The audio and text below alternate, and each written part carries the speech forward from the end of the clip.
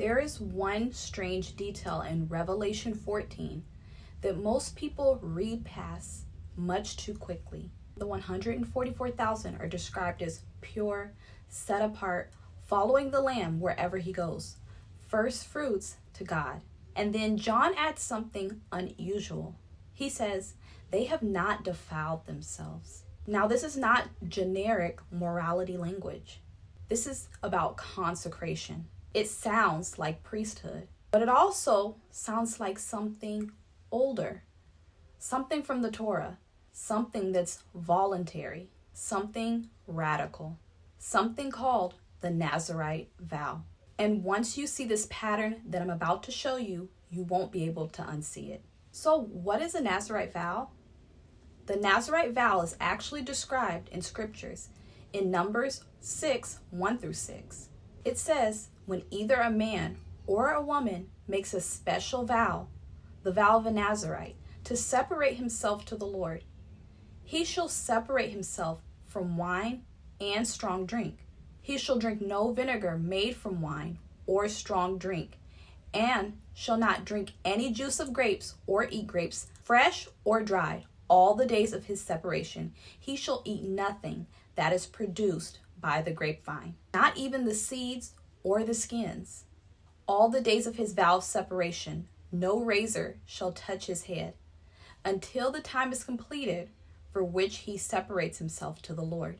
He shall be holy. He shall let the locks of hair of his head grow long, all the days that he separates himself to the Lord. He shall not go near a dead body, not even for his father or for his mother, for brother or sister, if they die, shall he make himself unclean, because his separation to God is on his head all the days of his separation. He is to be holy to the Lord. So this scripture states that a Nazarite was supposed to do certain things, like not drink any wine or other alcohol, not eat any grape products, not go near anyone dead, and let his or her hair grow without cutting it. So this may seem all very strange to modern readers. What do these things even have to do with making yourself holy to God? The answer is that these were things that were only done by the high priest. So taking a Nazarite vow was like becoming a high priest for the time of your consecration. The long hair aspect of the vow also alluded to Adam and Eve. We have to remember that the tabernacle was a shadow of Eden. Adam and Eve would have had long hair. They would have had nothing to cut their hair with in Eden. In the Torah, only the high priest had strict corpse impurity restrictions. Only the high priest operated in the maximum consecration space. The Nazarite vow temporarily elevated an ordinary Israelite into a high priest-like consecration. So this was voluntary, but it was radical. It was separation that was beyond the norm. The Hebrew word Nazir actually means set apart or consecrated. Now, listen very carefully.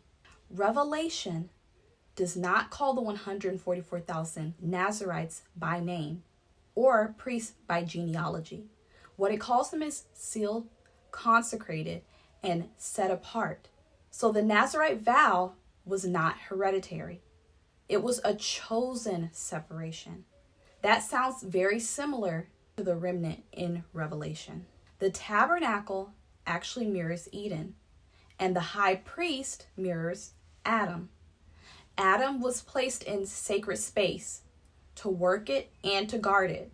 This is priestly language. It actually describes what the priest did in the temple. Long uncut hair in the Nazarite vow symbolized untamed consecration, life that's unaltered by ordinary culture. No wine, no impurity by corpses, no cutting your hair. It was a return to God's original sacred order. Now let's look at Revelation 14 again. It says, they follow the Lamb wherever he goes. So this is actually Edenic language. It's about proximity to God. The Nazarite vow actually created a heightened holiness, which means it made you closer to God. The 144,000 are portrayed under this heightened consecration and holiness. The Nazarite vow actually in scripture appears at pivotal moments of transition. So for example, let's look at some Nazarites from scripture. We have Samson, who was raised during the oppression of the Philistines.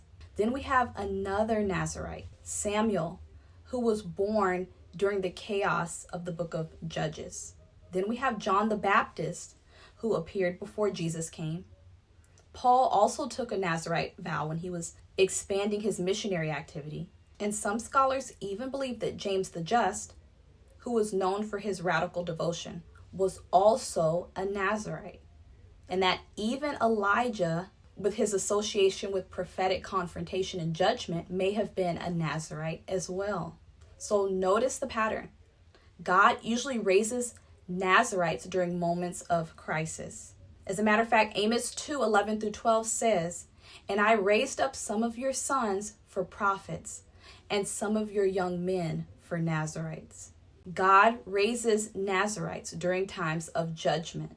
And Revelation itself is a book of judgment. And the 144,000 appear before the trumpet and bowl judgments escalate.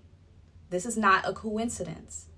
Revelation 14 says this: "These are the ones who have not defiled themselves." So it's emphasizing their purity. It's emphasizing their separation to God. And it's emphasizing being firstfruits, consecrated. Like we talked about in the previous video, firstfruits were offerings before the harvest, and the Nazarites were living offerings during the time of their separation. The 144,000 are described as consecrated.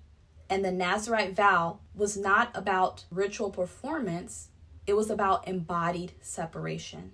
This is exactly how Revelation actually presents the 144,000. The Nazarite vow was voluntary. You chose to do it. It was usually temporary, but it could also be lifelong, and it was intensely visible. But Revelation presents a remnant that's sealed on their foreheads, they're marked, they're separated, and they're consecrated. And the 144,000 are drawing from both Levitical and Edenic priesthood imagery, which is what the consecration of the Nazarite is meant to mirror. Radical, voluntary separation in the midst of corruption. And if the book of Amos says that God raises Nazarites in times of judgment, and Revelation presents a sealed remnant during a time of judgment, then we should ask ourselves, is Revelation portraying an end-time Nazarite pattern? Not hair length as means for legalism or ritual imitation, but heightened consecration. So we're talking radical separation, intimacy with God, priestly proximity to God's presence. The Nazarite vow was not for everyone. It was for those who chose to separate themselves fully to the Lord. Revelation's 144,000 are not described as your everyday casual believers. They're radical. They follow Jesus wherever he goes. That is Nazarite intensity. That's Eden proximity. That's priestly identity. So, is Revelation invoking a consecration pattern that's rooted in the Old Testament? Because if it is, then the 144,000 are not merely symbolic. They're the apocalyptic embodiment of radical separation in a corrupted age. And that forces an even deeper question. In a time of compromise, what does consecration really look like? Watch these videos next, and I'll see you there.